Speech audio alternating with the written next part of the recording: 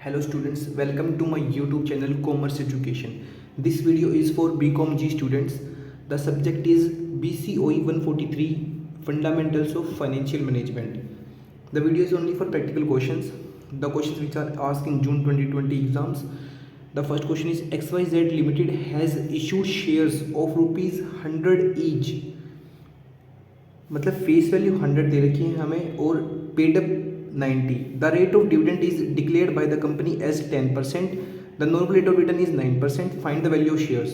देखो इसका फॉर्मूला क्या है the rate of dividend expected divide by normal rate of return multiply paid up value of shares. Multiply क्या करना है paid up value of share से. ठीक है, तो हमारा एक्सपेक्टेड डिविडेंड था 10%. नॉर्मल रेट ऑफ रिटर्न हमें मिला कितना, रिटर्न हमें मिला कितना, देखो एक्सपेक्टेड 10% था, मिला हमें 9%. तो 10 divide by 10 divide by 9 multiply कितना, मल्टीप्लाई किससे paid up value of share से 90 से. पेड अप वैल्यू शेयर से क्यों मल्टीप्लाई करते हैं, जैसे नॉर्मल सी है एक बात, जैसे कि आपने प्लॉट लिया 100 गज का, उसमें मतलब प्लॉट है 1000 गज का, उसमें से आपने 100 गज का ही लिया है, तो मतलब तो आपको रेंट जो प्रोवाइड होगा वो 100 गज का तो रेंट प्रोवाइड होगा, पूरे 1000 गज का थोड़ी रेंट प्रोवाइड होगा, जो मतलब टोटल है उसका थोड़ी रेंट प्रोवाइड होगा. बस आपको जितने के लिए आपने पे किया उसी के लिए तो आपको प्रोवाइड होगा ना रेंट. वैसे ये अगर आपने 90 के लिए प्रोवाइड क्या नाम है 90 के लिए आपने पे किया है तो आपको डिविडेंड भी तो 90 के लिए ही मिलेगा. तो क्या है रेट ऑफ डिविडेंड एक्सपेक्टेड, कितना एक्सपेक्ट किया था हमने, कितना हमें मिला, 10% हमने एक्सपेक्ट किया था, मिला हमें 9%, मल्टीप्लाई कितना paid up value of shares. ठीक है, okay. The next question is from investment chapter. The cost of machine A is 60,000 and the machine B is 65,000. मतलब कॉस्ट मतलब कैश आउटफ्लो कितना, मशीन ए के लिए हमें पे कितना किया हमने, आउटफ्लो कितना गया हमारा 60,000, मशीन बी के लिए 65,000. The life of both the machine is 5 year. मतलब हमने मशीन परचेज किया, एक मशीन ए एक मशीन बी, जिसके लिए हमने 60,000 पे किया है, एक के लिए हमने 65,000 पे किया है. दोनों मशीन की जो उम्र है 5-5 साल है. ठीक है. The cost of capital is 10%. इससे प्रेजेंट वैल्यू निकलती है, वो बताएंगे कैसे. ठीक है. The inflows of both the machine are given. मतलब कितना कितना हमें कमाया उस मशीन से, इससे हमें पहले 14,000 रुपये कमाए, इससे 22,000 रुपये कमाए, इससे 16,000 कमाए, इससे 20,000 कमाए, वो दिया हुआ है. ठीक है. हमें इससे हाँ देखो उसके बाद कॉस्ट ऑफ कैपिटल कितना है, देखो the present factor of ₹1 each at 10% cost of capital for 5 years is 0.90, 0.826, 0.751.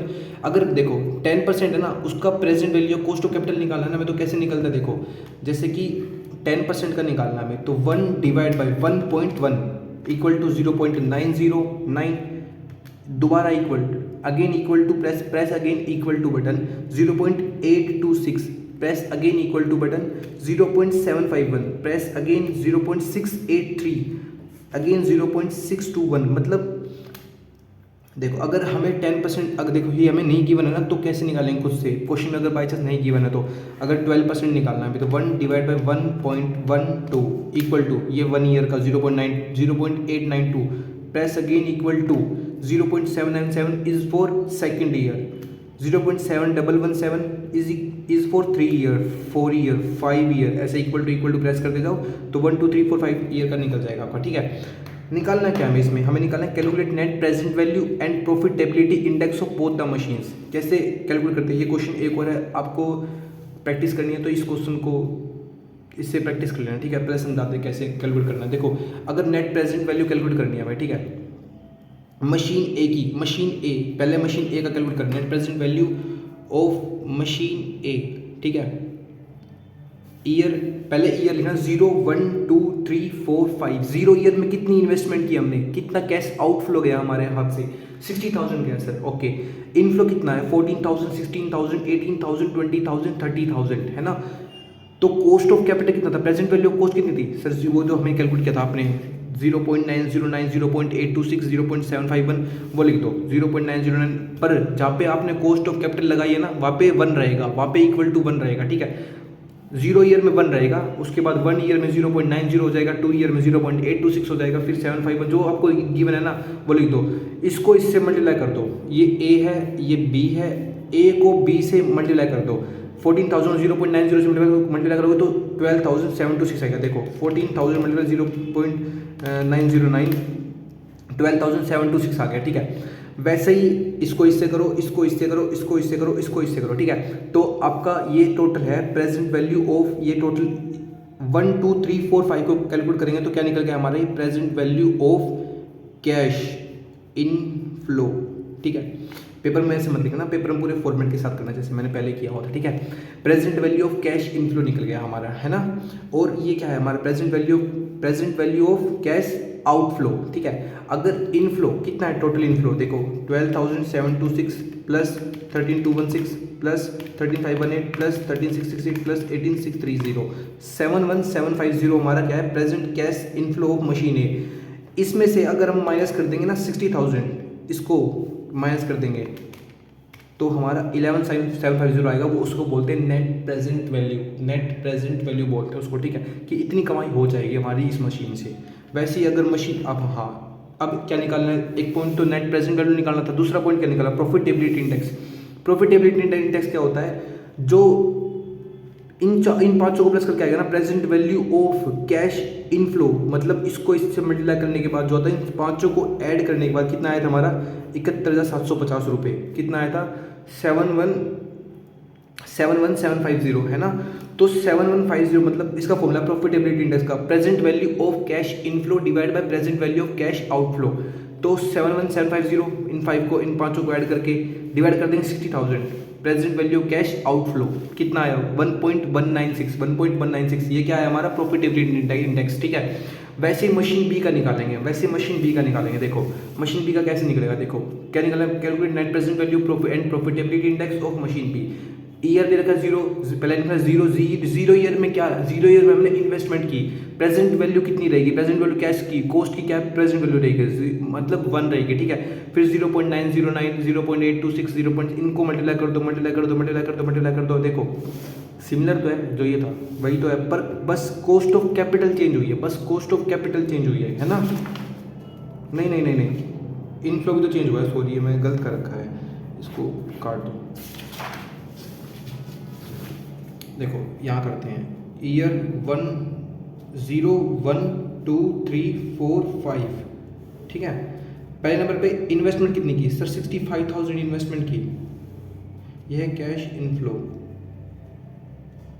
है ना, इसको मत देखना, यहाँ पे कैश इनफ्लो है ना।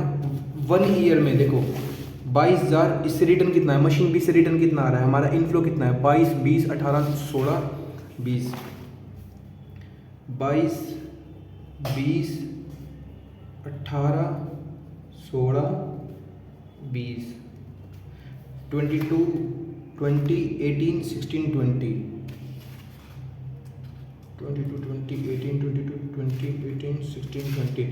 फिर लिख दो cost of capital, present value of cost of capital 10% की, यहाँ पे 1 0.909 0.826 0.751 0.751 0.683 0.621 सिमिलर, बिल्कुल सेम ही तो है। यहाँ पे निकल जाएगा नेट प्रेजेंट वैल्यू, इसको इससे मल्टीप्लाई करेंगे 65,000 आएगा। अब 22,000 को 0.909 से करेंगे तो 19,998 आएगा।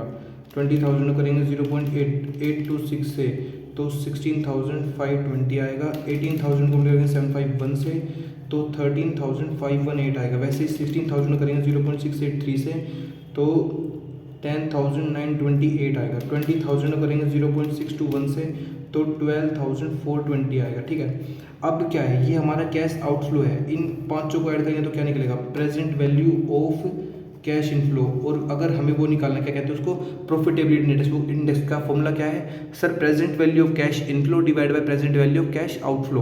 तो present value of cash inflow total कितना है 998 डिवाइड 16 13 5 18 10 9 2 8 12 4 20 73,000। तो अगर हमें प्रॉफिटेबिलिटी इंडेक्स निकालना है तो क्या निकलेगा 73,384 डिवाइड बाय 65,000 इक्वल टू 1.128। ठीक है, और नेट प्रेजेंट वैल्यू कैसे निकलेगा, 65,000 माइनस कर देंगे 998 minus 16,520 minus 13,518 minus 10,928 minus 12,420 minus 834 ये माइनस करनी है, पॉजिटिव ही है ये। ठीक है, नेट प्रेजेंट वैल्यू, क्योंकि इन सबको ऐड करेंगे तो इसे माइनस करना है ये। ये नेट प्रेजेंट वैल्यू निकल गया हमारा, ठीक है। अगर वैसे ही हमें ये क्वेश्चन नंबर एक और देखा, मैंने एग्जांपल के लिए लिया हुआ है आपके लिए, ठीक है। इसमें निकालना अगर ये हमें, ठीक है, तो कैसे निकलेगा, देखो, compute the net present value for a project with A net investment of ₹1,00,000, मतलब कैश आउटफ्लो कितना है, ₹1,00,000, ठीक है। नेट कैश इनफ्लो दिया हुआ है हमें, ठीक है। ईयर वही 0, 1, 2, 3 है ना, हाँ जी सर। कैश इनफ्लो लिख देना, पहले नंबर पे क्या लिखोगे सर, माइनस में करेंगे ₹1,00,000, फिर 55,000 cash inflow, 80,000 cash inflow, 15,000 cash inflow. Sir फिर क्या लिखेंगे सर, फिर लिख देंगे हम present value of cost of capital @10%, net present value sir 1, 0.909, 0.826, 0.751। इसको इससे मल्टीप्लाई करेंगे, ए को बी से, कैश इनफ्लो को प्रेजेंट वैल्यू से, 55,000 को 55,000 55,000 मल्टीप्लाई 0.909, 49995.826 मल्टीप्लाई 80,000, 66,000 या 66,080 लिख लो, 751 multiply 15,000, how much you get, ठीक है। तो ये क्या है हमारा, ये हमारा present value of cash inflow है, इन दोनों को ऐड करेंगे तो present value of cash inflow निकल के आएगा हमारा। ये कितना है हमारा, 5 + 66,080 + 11,265।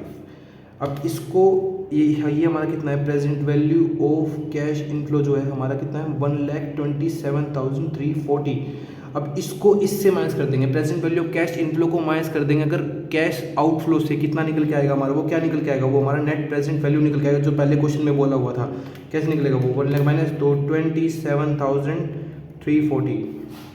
अगर हमें प्रॉफिटेबिलिटी इंडेक्स निकालना है तो सर वही present value of cash inflow divide by present value of cash outflow, तो वो कैसे निकलता है, 1,27,340 क्या है हमारा present value of cash inflow, divide कर देंगे present value cash outflow, ₹1,00,000 equal to 1.27। ये क्या निकल के आया हमारा, ये सर हमारा present profitability index. Thanks for watching this video and please like share and subscribe the channel. Thank you very much, love you.